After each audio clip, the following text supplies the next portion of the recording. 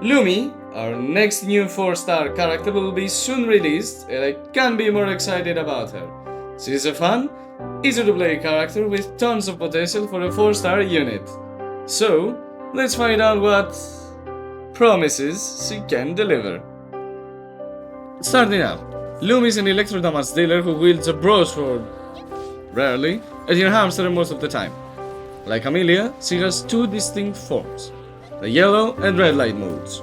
In the red light mode, she can attack with her broadsword or pummel the enemies with her hamster, while in the yellow light mode, she just shoots lasers from, you guessed it, her hamster again.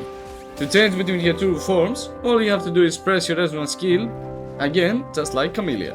However, she has small cuts. Her border circuit is split into two equal halves, each tying to one of her two forms. Whenever she damages the enemy, she fills the part of your further circuit that corresponds to the form she currently is in, and when it's full, she can cast an enhanced version of her resonance skill to damage the enemy and change to her other form, increasing in the meantime the damage multiplier of that form's attacks. In her red light mode, her heavy attack consumes stamina to use her hamster to pound and release shockwaves to the enemy and fill her forte gods quicker than just using normal attacks. When switched to yellow light mode, she can use her normal attacks to release lasers to the enemy or just sprint to cast these lasers, again at the cost of stamina. When you change into her yellow light form with the enhanced resonance skill, however, the lasers she normally casts while you sprint are replaced with a maximum of 6 laser beams, which deal a lot more damage than the regular ones. So, as you understand, while her flexibility as a damage dealer is large depending on the situation she is in, she needs a good balancing in stamina usage and switching between her two forms. As for her resonance liberation, there's nothing much we need to talk about, as it just uses her cute hamster yet again to deal AoE damage.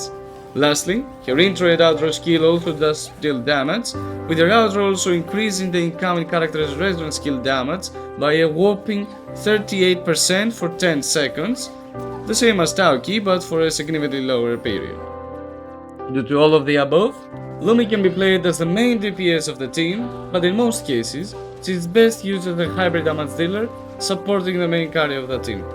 In case you want to try her out as a hyper carry, I suggest you use Sanhua to buff Lumi's basic attack damage, as more than 80% of her damage scales out of that.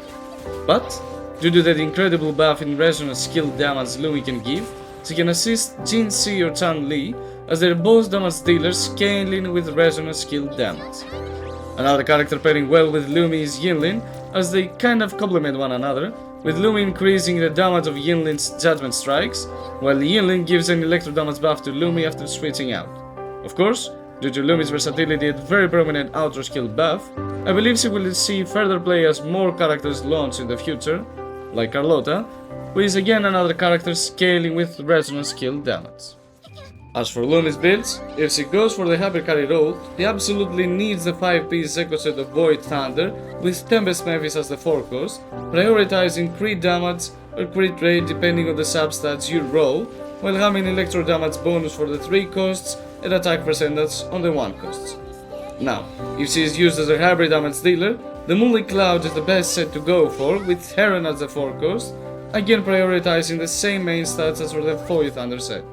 Of course, the 3 costs can be replaced with attack percentage on both occasions, but most of the time damage will be slightly less. The star priority regardless of the set should be crit damage or crit rate, the basic attack damage, attack percentage, and then any other damage bonuses. For your choice of weapon, Ages of Harvest and Verdant Summit are the best ones to use. Both give a good 12% buff to your damage, while their secondary skill don't actually pair well with Lumi's kit, so just use whichever one you have of the both, depending on the stats you have rolled in your echoes. In case you don't have any of the two, Lustrous Razor is another great choice for a 5-star weapon, but you will struggle a little with hitting a good number in your critical hit rate. For the free-to-play options, Autumn Crunch or Helios Cleaver can both do the job just right, but remember that your damage output won't be as big as with Ages of Harvest or Verdant Summit, so it's better to use her as a hybrid damage dealer on that occasion. So, that's all for today. I hope I delivered the promises just like Lumi seems to be able to, and gave you some insightful info for the new 4-star character we're getting.